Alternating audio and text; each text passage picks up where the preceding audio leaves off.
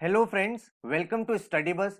अगर आप एक सीरियस कैट एस्पिरेंट हो तो आपको पता है लास्ट 4 to 5 इयर्स में कैट ने जो अपना पैटर्न चेंज किया है उसके बाद जो इनका एलआरडीए सेक्शन है वो सबसे डिफिकल्ट सेक्शन हो गया है। ठीक है, अगर मैं कैट एग्जाम की बात करूं तो मेरे सामने वर्बल है, एलआरडीए है, क्वांट्स है। 5 साल पहले तक क्या होता था, क्वांट्स इनका सबसे डिफिकल्ट सेक्शन हुआ करता था, बट ओवर द इयर्स इन्होंने क्या किया, क्वांट को मॉडरेट कर दिया, क्योंकि क्वांट सेक्शन में जो मैथ्स बैकग्राउंड के स्टूडेंट्स हैं, जो इंजीनियर्स हैं, उनको थोड़ा सा ज्यादा एडवांटेज पता चलता था। ठीक है, लेकिन कैट में आपकी जो एक्चुअल चीज टेस्ट होती है वो होती है प्रॉब्लम सॉल्विंग अप्रोच। इसीलिए अगर मैं एलआरडीए की बात करूं तो एकदम एक ऐसा सब्जेक्ट है, ऐसा एरिया है, ऐसा सेक्शन है जो सबके लिए कॉमन है। और इस सेक्शन में जो पजल्स आती हैं, जो क्वेश्चंस आते हैं, उससे एक्चुअली में आपकी प्रॉब्लम सॉल्विंग अप्रोच और एनालिटिकल स्किल्स का पता चलता है। आप कितने इजीली प्रॉब्लम को कॉम्प्रिहेंड कर सकते हो, एक कंक्लूजन पे पहुंच सकते हो। तो इसीलिए कैट ने एलआरडीए सेक्शन का जो डिफिकल्टी लेवल है वो इंक्रीज कर रखा है,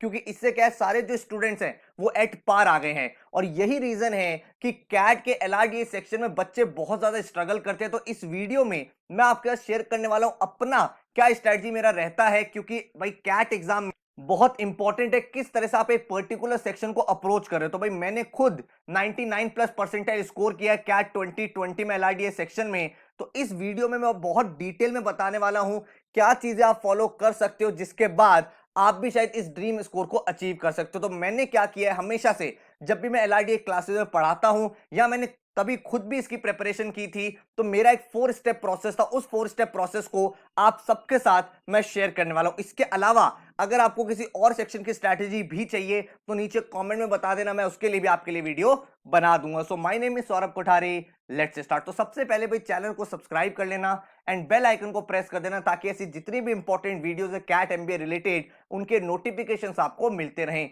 एंड इंस्टाग्राम पे हमारा चैनल है स्टडी बस एजुकेशन, इसको जाके फॉलो कर लेना है। डेली बेसिस पे quant shortcuts, vocabulary word, GK updates, current affairs आपको मिलते रहते हैं। अगर आप एक कैट एमबीए के सीरियस एस्पिरेंट हैं तो पेनड्राइव कोर्स भी आ चुका है, जिसमें आप क्वांट, वर्बल, एलआरडीए, जीके का इंडिविजुअल कोर्स भी ले सकते हो। अदरवाइज आप कॉम्बो भी बाय कर सकते हो, जिसमें आपको जीडीपीआई वैट कॉम्प्लीमेंट्री मिलता है। इस पेनड्राइव कोर्स को लेने के लिए आप हमारी वेबसाइट पे जा सकते हो studybus.co.in and with in 4 to 5 days आपके घर पे आपकी पेनड्राइव किट आ जाती है। इस पेनड्राइव कोर्स में आपको सारे के सारे लेक्चर्स मिलते हैं, बिल्कुल कॉन्सेप्ट से लेकर एडवांस लेवल के क्वेश्चंस तक।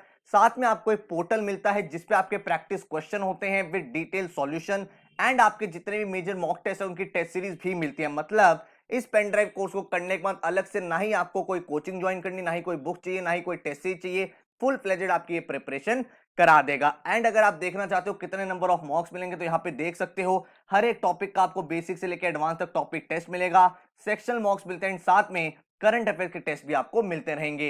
एंड अगर मैं स्टडी प्लान की बात करूं तो वो भी आपको मिलेगा, जिसमें आप अपनी डेट सेट कर सकते हो, जिसके बाद आपके वो डेली गोल जनरेट करता है, जिसमें आपकी प्रिपरेशन बहुत ही स्ट्रक्चर्ड तरीके से हो जाती है। तो इस पेनड्राइव कोर्स के बारे में और जानना है तो इस नंबर पे आप व्हाट्सएप कॉल कर सकते हो 9958937705 पर। ठीक है, अब बात करते हैं क्या स्टेप प्रोसेस है। तो जब मैं बात करता हूं एलआरडीए सेक्शन की, तो एक बात ध्यान रखना, हर एक सेक्शन का एक अलग तरीका होता है अप्रोच करने का, एंड हर एक इंसान की एक अलग स्ट्रैटेजी होती है। तो मेरी जो स्ट्रैटेजी है बहुत सिंपल है। 4 स्टेप में मैंने अपनी पूरी प्रिपरेशन को डिवाइड किया है, जिसके बाद I was able to score 99 plus. तो मुझे लगता है कि एक सक्सेसफुल स्ट्रैटेजी अपनी एलआरडीए की प्रिपरेशन के लिए। तो मैंने सबसे पहला स्टेप क्या करा, सबसे पहले जब आप समझोगे तो कैट का जो एलआरडीए सेक्शन है ना, वो नॉर्मल एलआरडीए सेक्शन मतलब बाकी जो एग्जाम्स है उनसे अलग रहता है। ठीक है, यहां पे आपको blood relation, coding, D coding, directions, ये सब क्वेश्चन नहीं आते, बेसिक एलआर नहीं आता। अगर आप डायरेक्ट एलआर और डीआई देखोगे, वो भी डायरेक्ट आपसे नहीं पूछा जाता है। आपसे वो डायरेक्ट ऐसे नहीं बोलेगा कि ये क्वेश्चन सॉल्व कर दो टेबल का। ज्यादातर क्या होने लगा है, कॉम्प्लेक्स प्रॉब्लम्स आने लगी है, LR based DI, DI based LR, quant based LR. तो ये सारी चीजें हमें समझनी है। लेकिन सबसे पहला जो स्टेप है वो ये है कि आपको अपने बेसिक्स बिल्ड करने हैं। देखो, अगर मैं एलआरडीए की टॉपिक्स की बात करूं तो कौन कौन से टॉपिक्स मेरे एग्जाम में आते हैं, पूछे जाते हैं जनरली, तो उसमें भाई आपको ये पता होना चाहिए। टॉपिक्स है जैसे अरेंजमेंट्स हो गया, ठीक है, उसके बाद आपका टॉपिक होता है games and tournament, games and tournament आपको पता होना चाहिए। उसके बाद अरेंजमेंट के ही एक डिफरेंट फॉर्म होती है जिसको हम बोल देते हैं जेब्रा पजल्स, या फिर हम बोल देते हैं आइंस्टाइन पजल्स। ठीक है, तो ये आपको कॉन्सेप्ट पता होने चाहिए। उसके बाद आपके कुछ टॉपिक्स होते हैं जैसे आपका न्यूमेरिक लॉजिक हो गया, देन आपके सर्कुलर अरेंजमेंट के क्वेश्चंस हो गए। सर्कुलर के बाद आपको पता होना चाहिए वेन डायग्राम्स के बारे में। वेन डायग्राम्स के बाद एक कॉन्सेप्ट होता है वर्क एलोकेशन कॉन्सेप्ट, वो आपको पता होना चाहिए।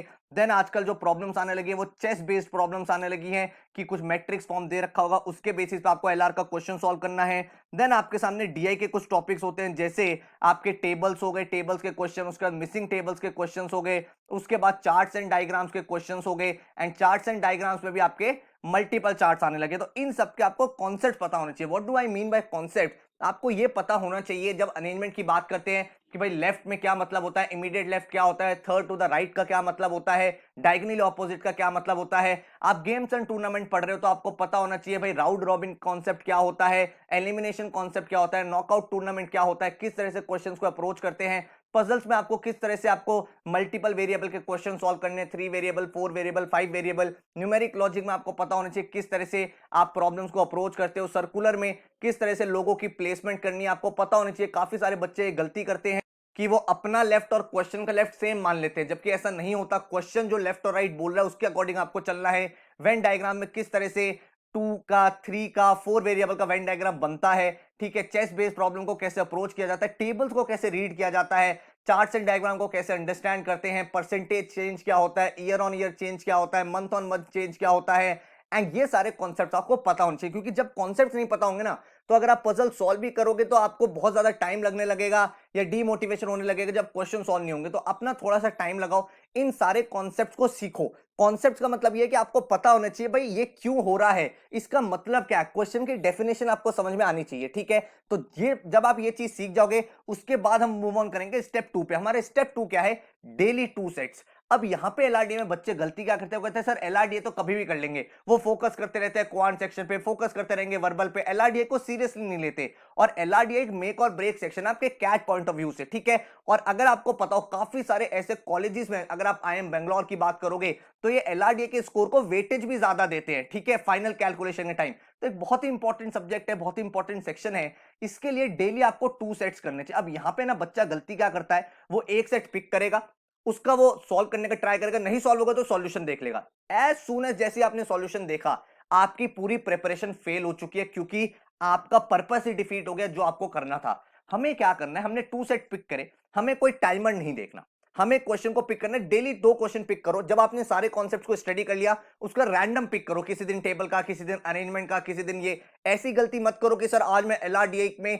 सिर्फ अरेंजमेंट सॉल्व करूंगा, 1 महीने बाद डीआई सॉल्व करूंगा, उसके 1 महीने बाद गेम्स एंड टूर्नामेंट सॉल्व करूंगा। उसका पर्पस नहीं निकल जाएगा, उससे क्या होगा, एक टॉपिक आप भूलते रहोगे। डेली आपको रैंडम 2 सेट्स उठाने हैं जो ठीक ठाक सेट हो। स्टार्ट कर सकते हो आप इजी सेट से, फिर मॉडरेट एडवांस की तरफ धीरे धीरे अपने सेट्स को इंक्रीज कर सकते हो, लेकिन रैंडम पिक करो, कभी अरेंजमेंट से, कभी टेबल से, कभी गेम्स एंड टूर्नामेंट से, कभी वेन डायग्राम्स का, कभी टीम एलोकेशन का, कभी चेस बेस्ड का। डेली 2 सेट पिक करो। अब इन सेट को आपको सॉल्व करना है। नो मैटर आपको 20 मिनट्स लग रहे हैं, आपको 30 मिनट्स लग रहे हैं, आपको 40 मिनट्स लग रहे हैं, 45 मिनट्स लग रहे हैं, आप अपने माइंड को यूज करते रहो, करते रहो, करते रहो। कोशिश करो उस क्वेश्चन को जितना सॉल्व कर सकते हो उतना करो। चाहे फाइनल आंसर ना आए, लेकिन जितना सॉल्व हो पा रहा है उसे करो।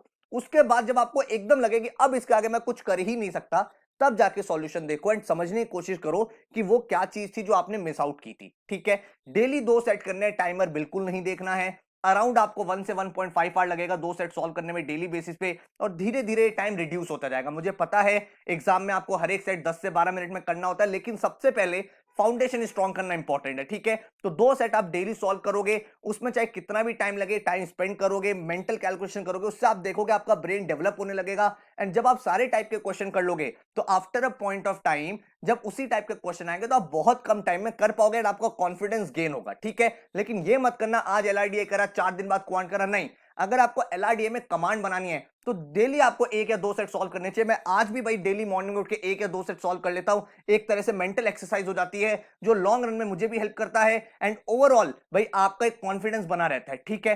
फिर जब हमने 2 महीने 3 महीने में सारे टॉपिक, काफी सारे क्वेश्चन प्रैक्टिस कर लिए, देन हम लोग मूव करेंगे स्टेप 3 पे। स्टेप 3 में हमें क्या करना है, पास्ट 4 इयर्स के कैट के एक्चुअल पेपर भाई इंटरनेट स्पेस में अवेलेबल है, बहुत सारी वेबसाइट आपको मिल जाएंगे, उनको डाउनलोड कर लो, ठीक है। कैट के एलआरडीए करने के लिए कैट से बेटर सोर्स कोई नहीं है, क्योंकि जो बुक्स में एलआरडीए क्वेश्चंस होते हैं ना, वो अब रिडंडेंट हो चुके हैं। क्यों? क्योंकि कैट ना हर साल एक क्वेश्चन, दो क्वेश्चन, तीन क्वेश्चन ऐसे लेके आता है जो किसी टॉपिक के होते ही नहीं। मतलब वो एक पहली बार एक नया टॉपिक होता है, एक नई पजल होती है, उसको अगर आप बोलोगे ना किसी टॉपिक में डिफाइन करना है, वो भी एक डिफिकल्ट चॉइस है, बिकॉज वो अपने आप में एक सेपरेट टॉपिक है।